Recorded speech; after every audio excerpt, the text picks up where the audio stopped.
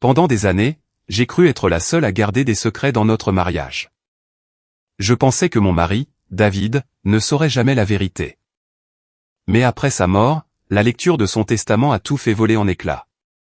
Mes enfants m'ont tourné le dos, mes amis m'ont méprisé, et j'ai tout perdu.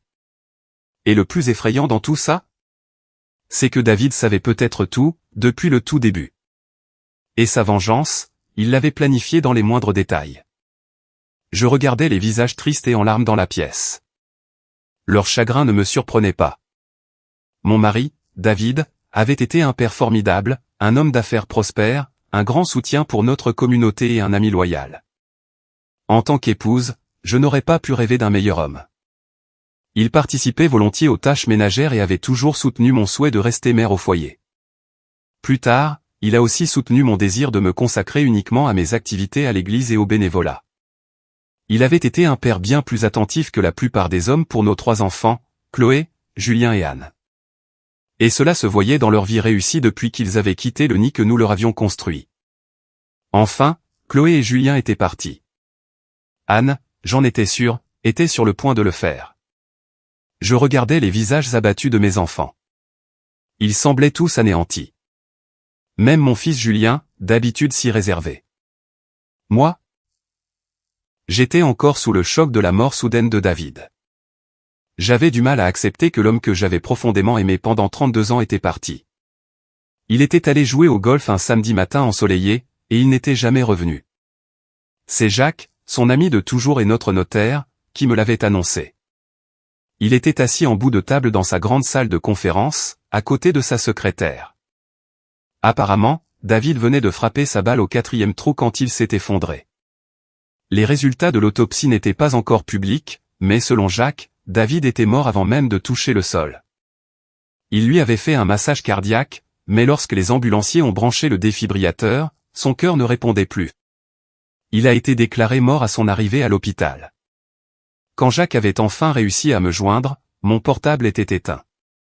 Il avait déjà prévenu nos 3 enfants, et ils étaient tous à l'hôpital avant moi. C'était il y a seulement 4 jours, et je crois que nous étions tous encore un peu sidérés. Jacques ouvrit le dossier devant lui, prit une profonde inspiration et commença à parler. Je vous remercie tous d'être venus aujourd'hui pour la lecture du testament de feu David Lambert, époux, père, et le meilleur ami que j'ai jamais eu. Jacques était visiblement très ému. Il avait des cernes sous les yeux et sa voix était rauque. C'est sans doute pour ça que sa femme, Julie, était là ce jour-là. Elle était l'une de mes amies depuis qu'elle avait rencontré Jacques, peu après mon mariage. Notre relation s'était un peu refroidie il y a une dizaine d'années, mais je la considérais toujours comme une amie. Je l'avais vue serrer son mari dans ses bras dans son bureau, juste avant qu'on me conduise dans la salle où les enfants attendaient déjà. Je le regardais reprendre son souffle et redevenir le professionnel que je connaissais. Je sais qu'il peut sembler inhabituel de lire le testament avant les funérailles, mais c'était le souhait exprès de David, comme je vais vous l'expliquer. Je tiens à préciser que c'est très inhabituel, et que rien ne pourra être ratifié avant la fin de la période de validation de la succession. Passons aux choses sérieuses. Il a ensuite commencé à lire le testament. Je n'avais pas besoin d'écouter. David et moi avions toujours mis à jour nos testaments ensemble. Je savais qu'il y avait au début une liste d'objets spécifiques que David voulait léguer à certaines personnes. Julien, notre 2e enfant et unique fils, devait recevoir les médailles de David de son service dans le génie militaire. C'est là qu'il avait développé sa passion pour les explosifs. Sa collection de minéraux devait aller à Chloé, notre aînée, etc. Je me suis déconnecté, observant les expressions sombres de mes enfants. Chloé, à 30 ans, semblait encaisser stoïquement, même si elle et son père avaient toujours été proches. Quand j'étais entré, je l'avais laissée seule, elle regardait le mur, une larme à l'œil. Je me souvenais d'elle et de David parlant de ces pierres pendant des heures. Elle avait commencé une carrière prometteuse dans les sciences jusqu'à ce qu'elle tombe enceinte accidentellement de son petit ami. Heureusement, c'était un type bien et il avait fait ce qu'il fallait. Ils étaient mariés depuis 5 ans et semblaient heureux. 2 magnifiques petits-enfants que David et moi pouvions gâter. Julien, à 28 ans, suivait les traces de son père. Ingénieur le jour et réserviste dans l'armée sur son temps libre. Sa femme, qu'il avait épousée il y a 2 ans, était enceinte de 8 mois de leur premier enfant.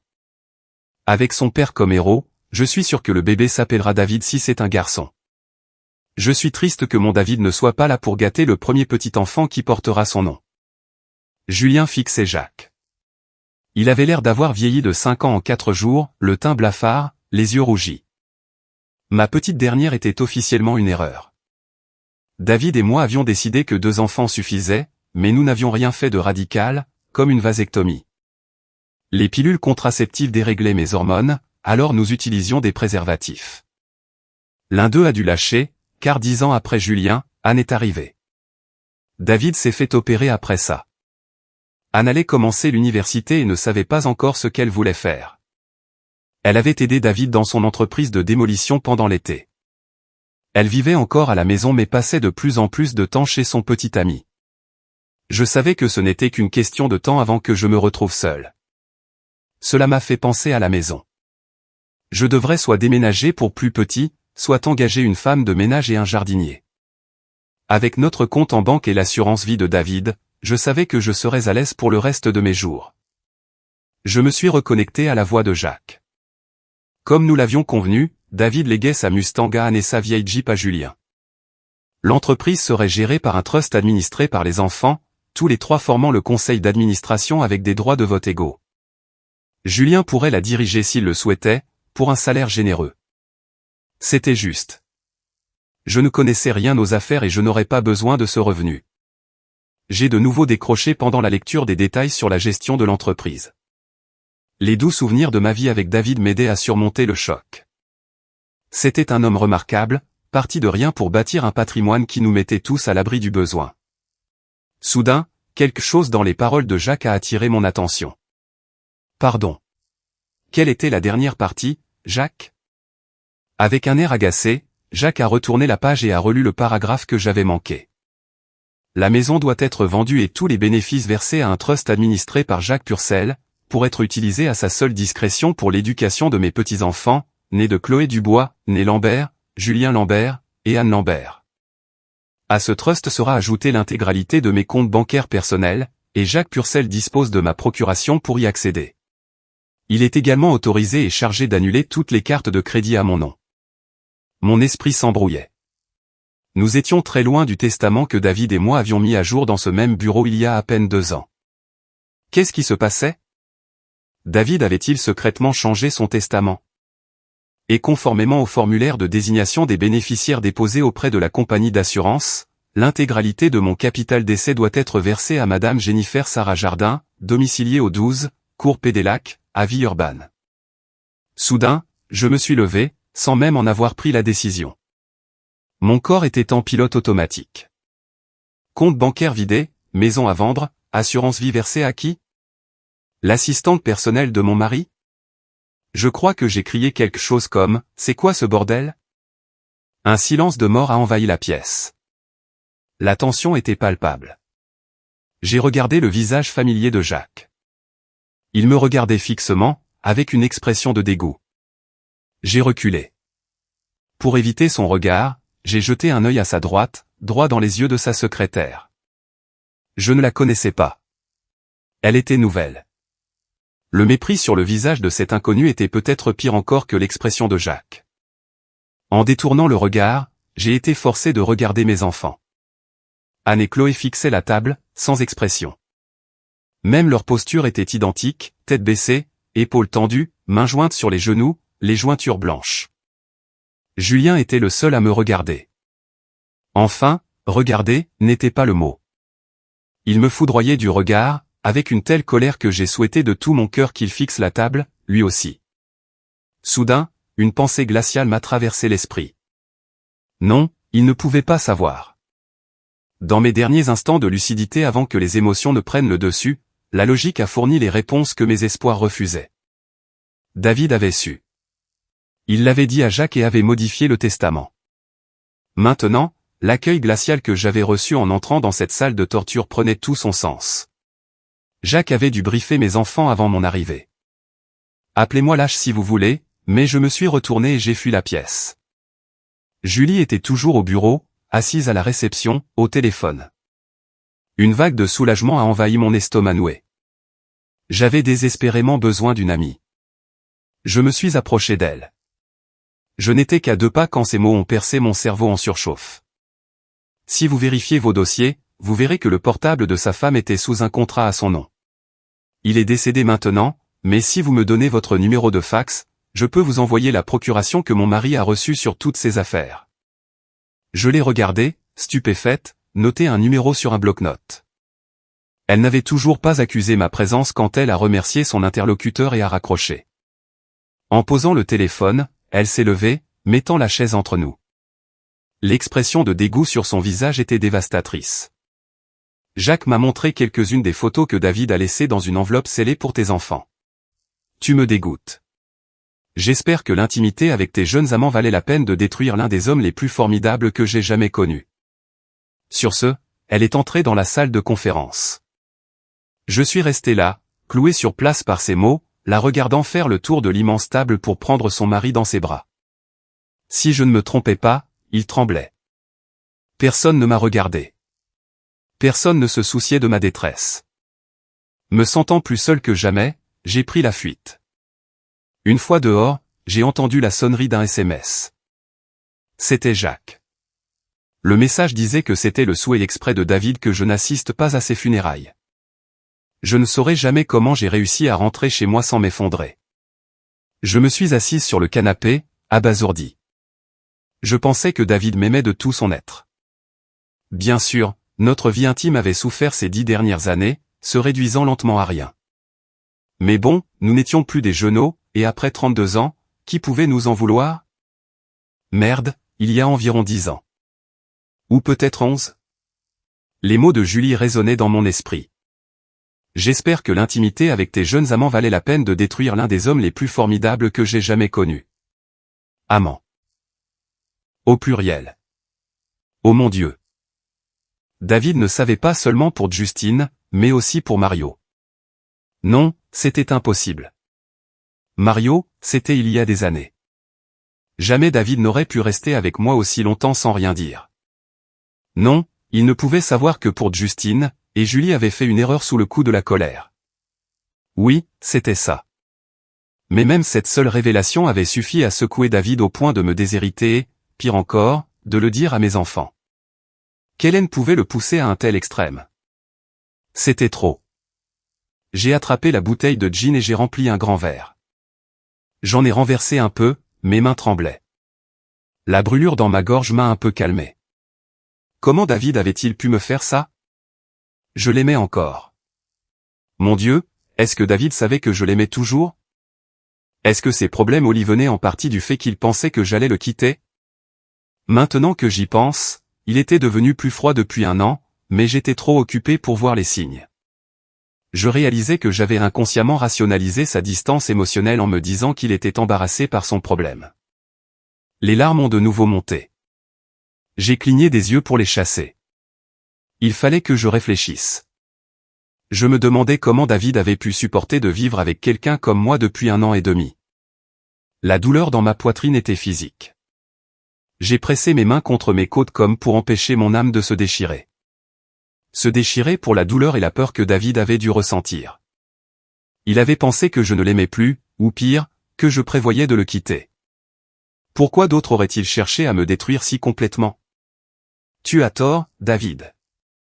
Ai-je crié dans la pièce vide. Je ne t'ai jamais moins aimé. C'était juste de l'intimité avec les autres. Je n'ai jamais voulu te faire de mal et je ne t'aurais jamais quitté. Je me suis affalé sur le canapé, anéanti par une terrible réalité. David était mort sans le savoir. Mon esprit a divagué pendant un moment, par instinct de survie, je pense. Sophie, tu es là. C'était la voix de ma sœur, Marie. Les graviers crissant contre la fenêtre ouverte de l'étage, mêlés à ses cris, m'ont tiré de mon sommeil de gueule de bois. J'étais entièrement habillé sur le lit conjugal. Titubant jusqu'à la fenêtre, j'ai regardé dehors d'un œil flou, puis je suis descendu pour lui ouvrir la porte arrière. Elle et son mari, Pierre, revenaient d'une croisière de 10 jours. Pour autant que je sache, elle ne savait même pas que David n'était plus de ce monde. Sophie, ça va? J'ai appris pour David, ma pauvre chérie. Pourquoi tu ne réponds pas à ton téléphone? À peine réveillé, me rappelant ma perte, ces questions m'ont submergé. Sans un mot, je l'ai laissé entrer, je suis allé jusqu'à mon portable en charge et j'ai essayé de l'allumer. Éteint. Je me suis effondré sur une chaise de la cuisine et j'ai fondu en larmes alors que tout revenait. Marie s'est assise à côté de moi et a pris mes mains dans les siennes. Oh mon Dieu! Comment ont-ils pu te laisser seule dans cet état? Attends, je vais appeler Anne. Pourquoi n'est-elle pas là? Au moment où elle attrapait son téléphone, mon « non » sonore l'a figée sur place. Elle est restée assise pendant que je rassemblais mes esprits, me préparant mentalement à perdre le respect de ma sœur après celui du reste du monde. Bon. Tu te souviens, il y a environ 11 ans, quand David était à Toulouse pour cette affaire d'expertise. Après l'accident sur ce chantier de démolition? Marie a hoché la tête. J'étais si fier à l'époque que mon mari soit considéré comme un expert dans son domaine. Il était parti presque 2 semaines. Eh bien. C'est plus dur que je ne le pensais. Marie était ma petite sœur, elle m'avait toujours admiré. Il y avait ce jeune homme. Il faisait partie du même comité paroissial que moi, et on avait un peu flirté. Marie a froncé les sourcils mais est restée silencieuse. Pendant que David était absent, j'ai accepté de dîner avec lui. Bruno, il s'appelait. Il avait la vingtaine bien entamée et il était canon. J'ai bu 2 ou 3 verres de vin. Face à l'expression d'horreur sur le visage de Marie, mon courage m'a presque abandonné. Mais j'ai pris une grande inspiration et j'ai continué. Je cherchais du réconfort dans les souvenirs de cette époque. Je payais le prix de mon infidélité maintenant, et aussi tordu que soit cette logique, les souvenirs du plaisir que j'avais eu en trompant mes vœux de mariage étaient la monnaie de ma pièce. Oh, Marie. Bruno était grand et plein d'énergie. Il m'a emmené chez lui et on a fait l'amour, encore et encore. Ce type était un bélier. J'ai eu tellement de bons moments. Sophie. Oh mon Dieu. Arrête. Tu es là pour vider ton sac ou pour te vanter des joies de l'adultère? Sa réprimande m'a fait rougir. Je me suis excusé et j'ai repris un récit plus détaché de ma nuit avec Bruno, rentrant chez moi en titubant le lendemain. Marie était choquée que j'aie pu trahir David sur un coup de tête alcoolisé. Mais elle le fut encore plus quand je lui ai raconté qu'une fois ma conscience apaisée, j'y étais retourné, encore et encore, ne m'arrêtant que lorsque Bruno avait été aveuglé dans un accident à l'école où il enseignait la chimie. Il travaillait seul dans le laboratoire quand le récipient en verre qu'il chauffait a explosé. Le verre brisé et le liquide corrosif lui ont coûté ses 2 yeux. J'ai perdu contact avec lui après ça. Marie est restée bouche bée pendant tout mon récit. Alors, quand est-ce que ta liaison s'est terminée? Cette liaison-là s'est terminée il y a un peu plus de 10 ans, ai-je répondu. Cette phrase est restée en suspens entre nous. Cette liaison-là, a-t-elle demandé? Oui. Oh, Marie, tu n'imagines pas à quel point l'ego d'une femme de notre âge est flatté d'avoir quelqu'un à côté. Quelqu'un de jeune, séduisant et énergique, si tu vois ce que je veux dire. Je suis tombé dans un silence gêné, priant pour que Marie n'enchaîne pas avec ce que son expression me disait qu'elle pensait. Et j'imagine, à en juger par ton air suffisant, que le sentiment de supériorité que tu avais en menant David en bateau était aussi un facteur, a répondu Marie. J'avais toujours su que ma petite sœur était intelligente. Je ne sais pas. Peut-être. Je ne voulais certainement pas le blesser. Mais tu es sortie et tu as trouvé quelqu'un d'autre, n'est-ce pas? Honteuse, j'ai baissé les yeux. Oui. Et ce type était jeune et en forme aussi, n'est-ce pas? Mon silence a suffi. Accouche, a-t-elle dit. Michel, ce n'était pas entièrement ma faute. À cette époque, David a commencé à avoir des problèmes de performance. J'avais l'impression de ne plus l'exciter. J'étais encore dans la force de l'âge, et ça faisait mal. Arrête tes justifications bidons, Sophie. Passe au moment où tu es allé te faire prendre par un autre super étalon. Ce n'était pas que pour l'intimité, Marie, ai-je protesté. Michel était un type bien. Il était romantique, intelligent. On passait toujours de bons moments. Et vous finissiez toujours chez lui, à regarder le plafond pendant qu'il satisfaisait tes besoins. Eh bien, oui. Et combien de temps a duré Michel, jusqu'à ce qu'il en ait marre d'être vu avec quelqu'un d'assez vieux pour être sa mère? Non. Michel a été tué au bout de 5 ou 6 mois. Tué comment? Je n'ai jamais vraiment su. Il m'avait invité pour un barbecue. Alors que j'approchais de sa maison, il y avait des pompiers partout, la maison était partiellement effondrée et en feu. Je suis rentré chez moi. Le lendemain, le journal rapportait que le propriétaire était mort. 2 jours plus tard, j'ai parlé à un voisin. Apparemment, tout le monde pensait que la bouteille de gaz du barbecue avait explosé. Oh, Marie, c'était horrible. Oui, j'imagine, a répondu Marie. Mais ça aurait pu être moi. S'il avait attendu que j'arrive pour allumer le barbecue. Les enquêteurs m'ont interrogé comme si l'explosion n'était pas un accident. J'ai vécu dans la terreur pendant des mois qu'ils découvrent quelque chose et que David l'apprenne. Je voulais juste protéger David et ma famille.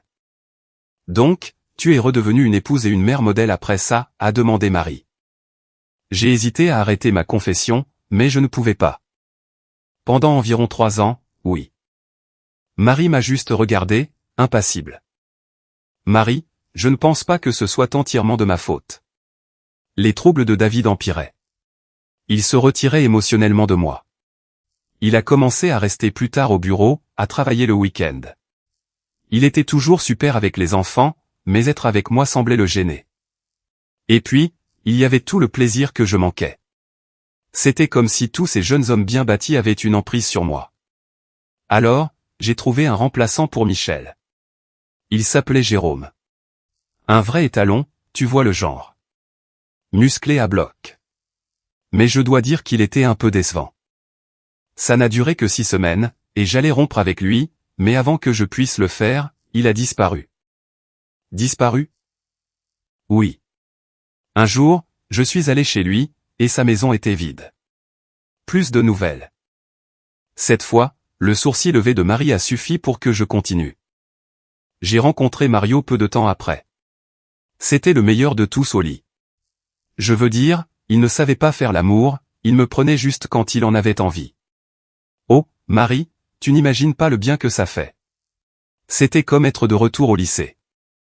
Le regard de dégoût de Marie m'a fait passer les détails. Mario était un mauvais garçon. Il disait traîner avec des durs à Marseille. Je pensais qu'il bluffait jusqu'à ce qu'il devienne exigeant. Il voulait qu'on sorte en public avec ses amis. J'y suis allé une fois, dans un bar à l'autre bout de la ville. Mais j'ai passé tout le temps pétrifié à l'idée que quelqu'un me reconnaisse. En plus, il commençait à rouspéter sur l'utilisation de protection. Je savais qu'il voyait d'autres filles. J'ai essayé de rompre, mais je n'y arrivais pas. Je crois que j'étais devenu accro.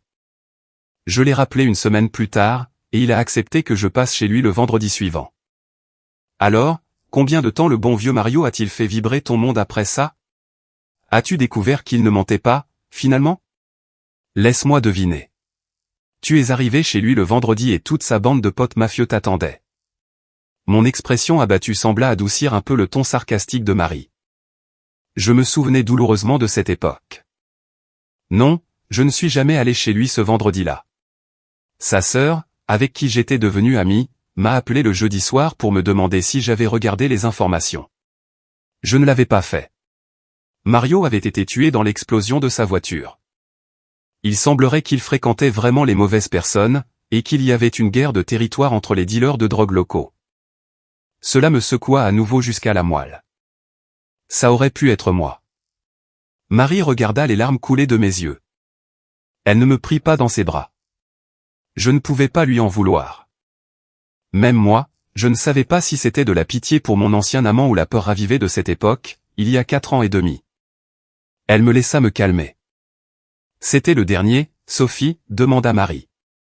C'était le plus difficile à avouer. La confession que ma conscience n'avait pas encore eu le temps de justifier.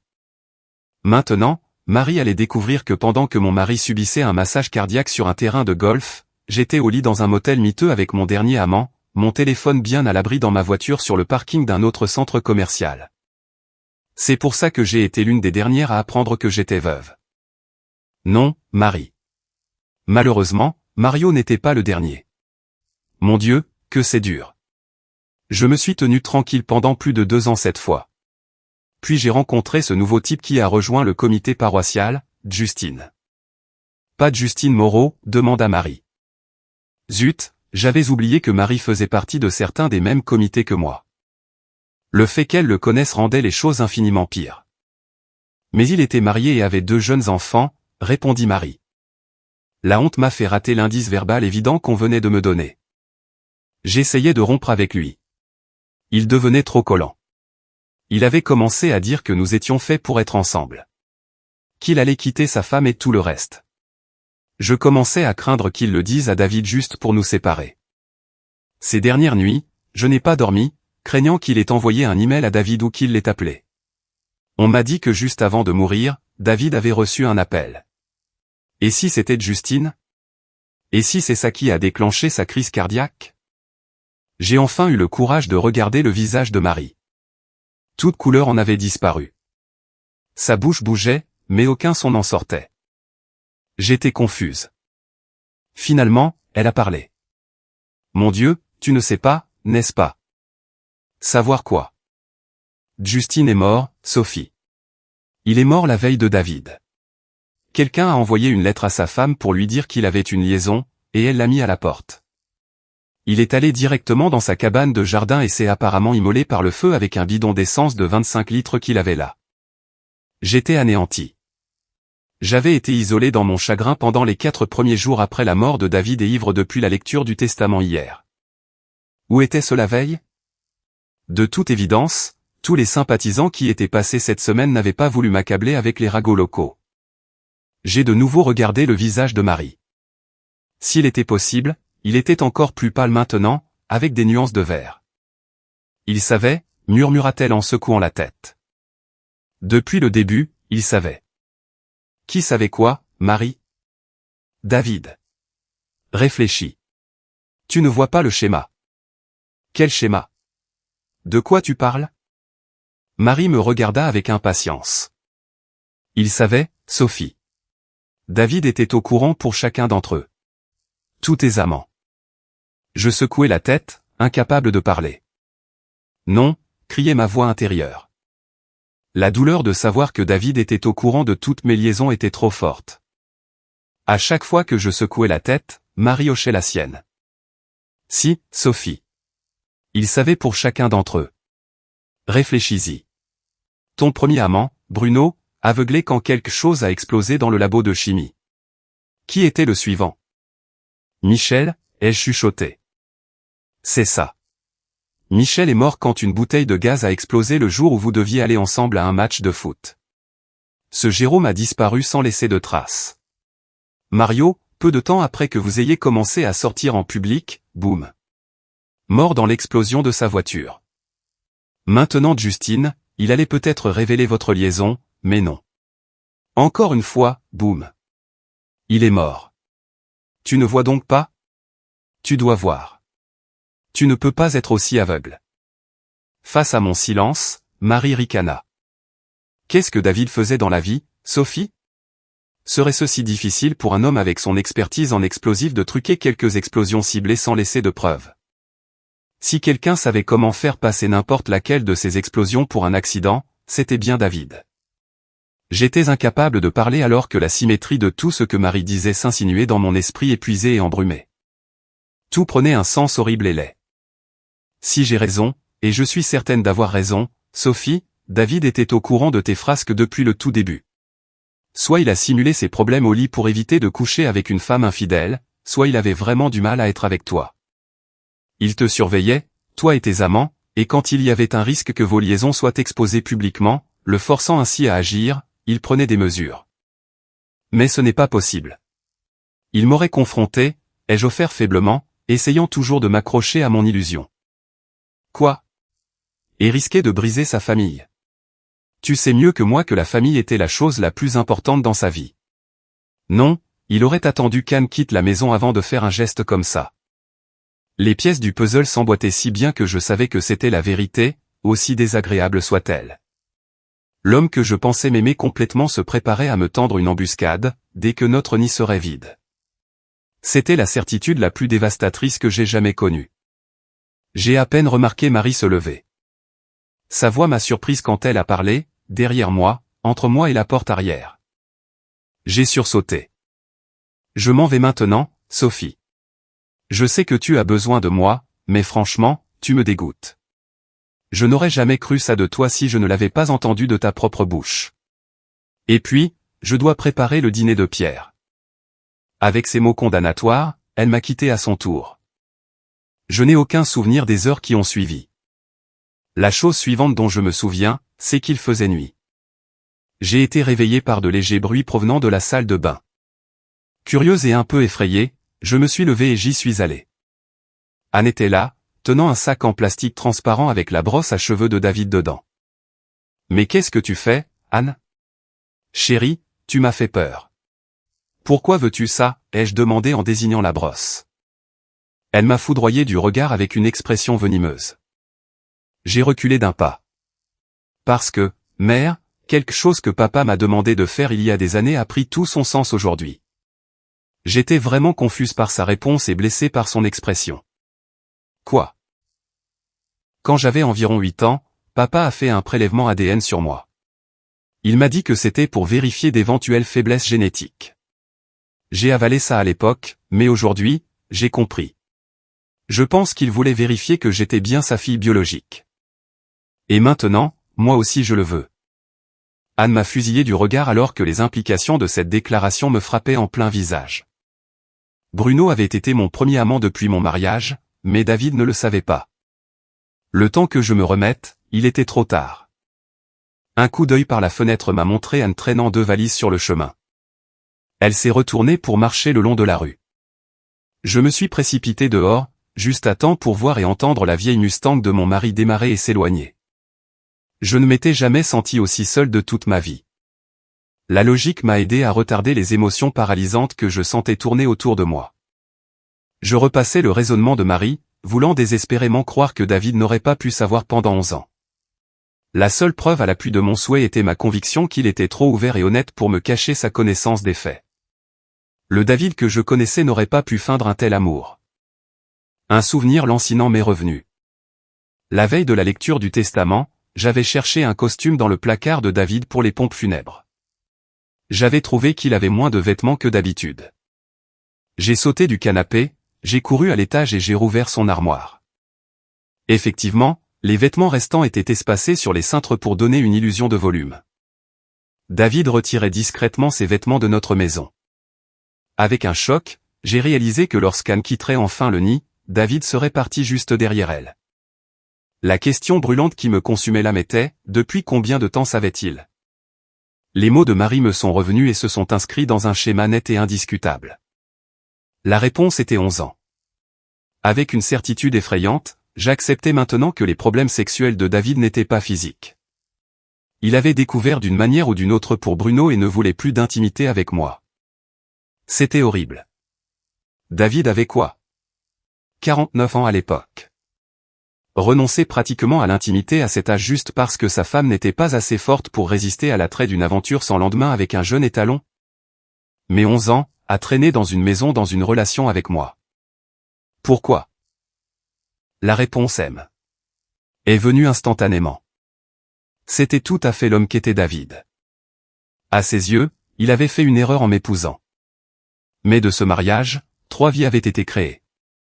3 vies innocentes. David aurait pensé qu'elle ne devait pas payer pour son mauvais jugement. Elles étaient sa responsabilité. Quitter le mariage aurait mis en péril le bien-être émotionnel de ses enfants, et ça, c'est quelque chose qu'il n'aurait jamais fait. À l'époque où j'ai rencontré Bruno, Chloé avait 19 ans, Julien 17, mais la petite Anne n'en avait que 7. Un frisson glacial me parcourut. Il avait l'intention de rester jusqu'à ce que le nid soit vide, puis, son devoir accompli. Quoi ? Où étaient passés ses vêtements ? Je ne peux pas expliquer la profondeur de ma honte et de ma frustration. Oui, j'ai dit frustration. J'avais pris des précautions extraordinaires pour cacher mes liaisons. Maintenant, la logique de Marie impliquait qu'il avait découvert pour Bruno d'une manière ou d'une autre. Le moment où ses problèmes de performance ont commencé le prouvait. S'il m'avait confronté, la façade d'une famille heureuse aurait été ruinée à jamais. Le bien-être des enfants était compromis. Incapable de déverser sa colère sur moi, s'en serait-il pris à Bruno ? Je ne pouvais pas concilier le David que je connaissais avec quelqu'un capable de mutiler un autre être humain. Il était beaucoup plus facile de me convaincre que le sort de Bruno était un malheureux accident, comme je l'avais toujours pensé. Une fois qu'il a su de quoi j'étais capable, il était tout à fait dans la nature de David de chercher des récidives. Qu'avait-il ressenti en découvrant Michel? Le mot « dévastation » n'est probablement pas assez fort. Mon âme se tordait à l'idée qu'il ait suivi mes mouvements et mon comportement, tout en maintenant sa façade rigide pour le reste du monde, enterrant sa déception en moi et espérant que je ne ferais rien pour me trahir et le révéler comme un mari trompé aux yeux de tous, le forçant à agir. Si Marie avait raison, et je savais instinctivement qu'elle l'avait, David surveillait Michel et moi d'assez près pour savoir que nous étions sur le point d'entrer dans une phase où les chances de découverte étaient élevées. David a agi pour protéger ma réputation et donc sa famille. Mais pouvait-il tuer? Je ne pouvais pas le croire. Il était beaucoup plus probable que l'explosion de la bouteille de gaz ne visait qu'à mutiler, comme pour Bruno. La pause de 3 ans après Michel a dû être une bénédiction pour David, mais son évitement continu de l'intimité avec moi prouvait qu'il avait déjà dépassé le point du pardon. Et puis, encore, la déception choquée lorsqu'il a découvert Jérôme, la solitude d'entendre, de voir, de lire toutes les preuves de ma trahison sans personne à qui se confier. Avec Jérôme, j'avais été assez indiscrète. Nous l'avions fait dans le bureau de la salle de sport une fois, juste avant que Jérôme ne disparaisse. Encore une fois, le schéma que Marie avait repéré immédiatement. Comment avais-je pu le manquer? La pause de 3 ans entre Mario et Justine a dû être un soulagement pour David. Espérait-il pouvoir tenir jusqu'à ce que le nid soit vide et s'en sortir sans une autre victime? Avait-il quelqu'un à ce moment-là avec qui partager le débat sur le fait de savoir si Anne était assez grande pour ne pas être émotionnellement marquée par la révélation de ma honte et la rupture de la famille? Quoi qu'il en soit.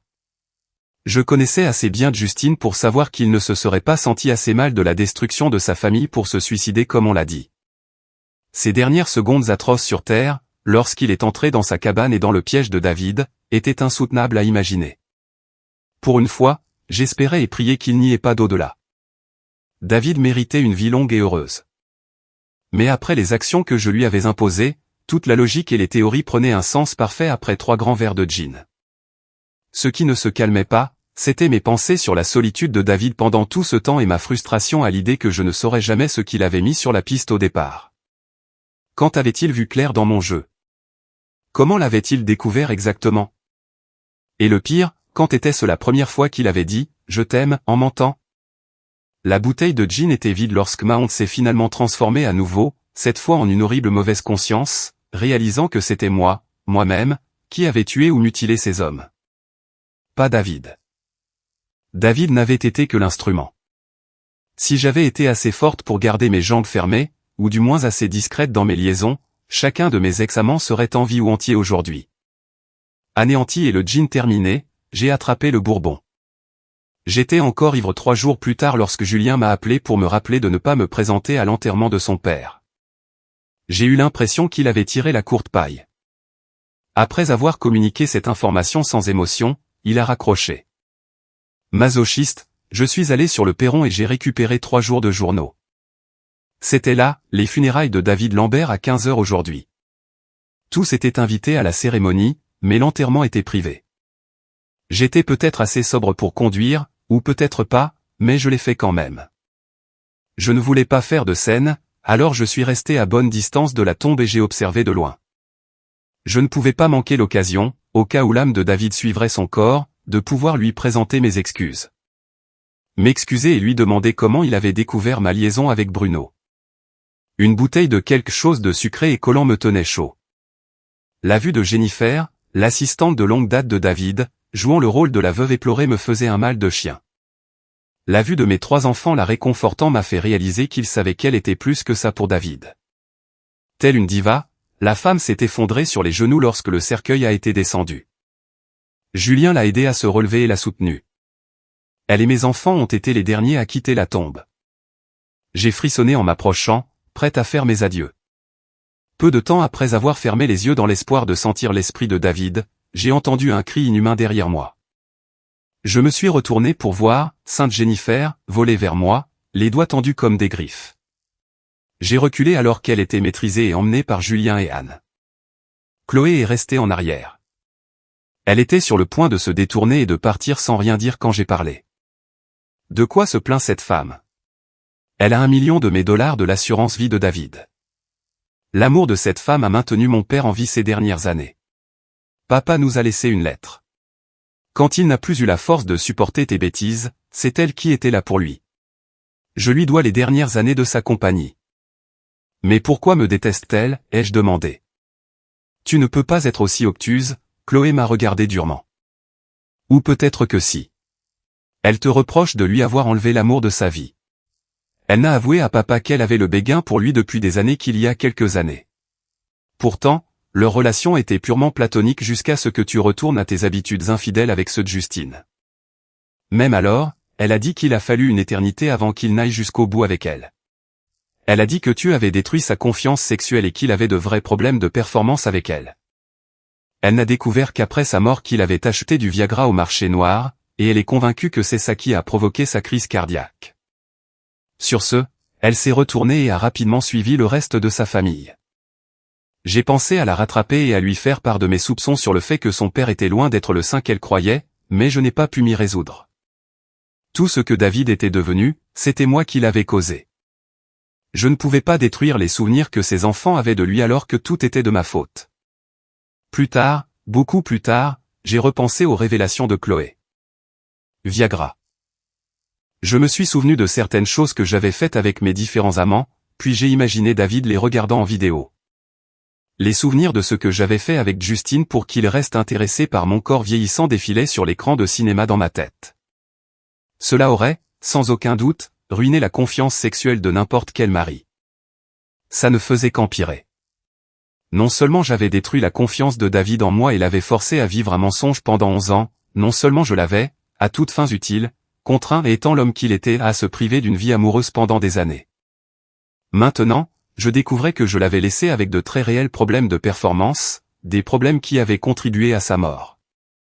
Zut, ma bouteille était vide et j'avais désespérément besoin d'être ivre. Les 2 semaines suivantes furent un brouillard agité. J'ai utilisé tout l'argent liquide que nous avions caché dans la maison pour acheter de l'alcool et je me suis nourri principalement de conserves. Quand je prenais la peine de vérifier le courrier, il était plein de dernières relances des compagnies d'électricité ou d'eau. Un huissier a frappé à la porte un jour pour me signifier un avis d'expulsion. J'ai laissé un message à Jacques pour le supplier de me laisser rester. Il n'a jamais rappelé, et la procédure a semblé se poursuivre.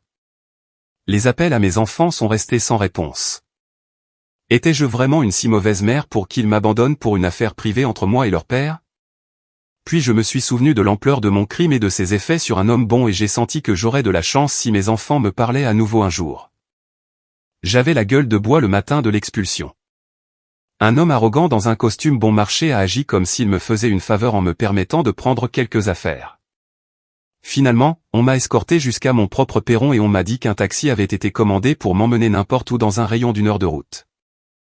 Je me souviens être resté là un moment, hébété, avant que Jacques ne s'approche de moi et me tende une enveloppe, me faisant savoir sans équivoque qu'il n'était pas d'accord avec son contenu. Je l'ai déchiré. Un document juridique et une page dactylographiée en sont tombés. La page disait en gros que David avait prévu pour moi un petit studio et une modeste allocation qui m'empêcherait de mourir de faim. Oh, David, un homme bon jusqu'au bout. Le document juridique était en effet un titre de propriété. J'ai jeté les documents par terre et j'ai regardé à l'intérieur de l'enveloppe, cherchant une explication de mon défunt mari. Celle où il se défoulait sur moi pour l'avoir trahi pendant 11 ans. Celle où il avouait comment il avait découvert ma première liaison avec Bruno. Celle, Dieu m'aide, où il me pardonnait mes transgressions. L'enveloppe était vide. Juste à ce moment-là, le taxi est arrivé et a klaxonné.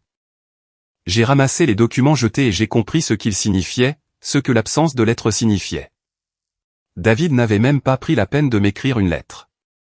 J'avais été écarté. J'étais sans importance. J'étais un détail.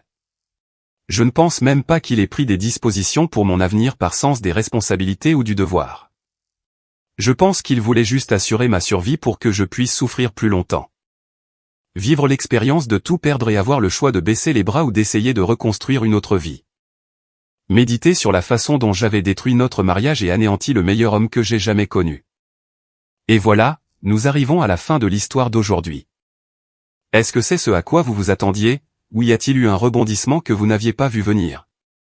Je suis curieux de connaître vos avis. Partagez-les dans les commentaires ci-dessous et lançons la discussion.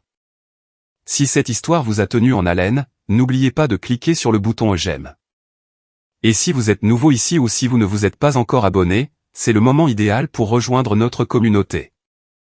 Je vous propose chaque jour des histoires nouvelles et captivantes, alors cliquez sur le bouton d'abonnement et activez les notifications pour ne jamais rien manquer. Merci d'avoir regardé, et à très bientôt dans la prochaine vidéo.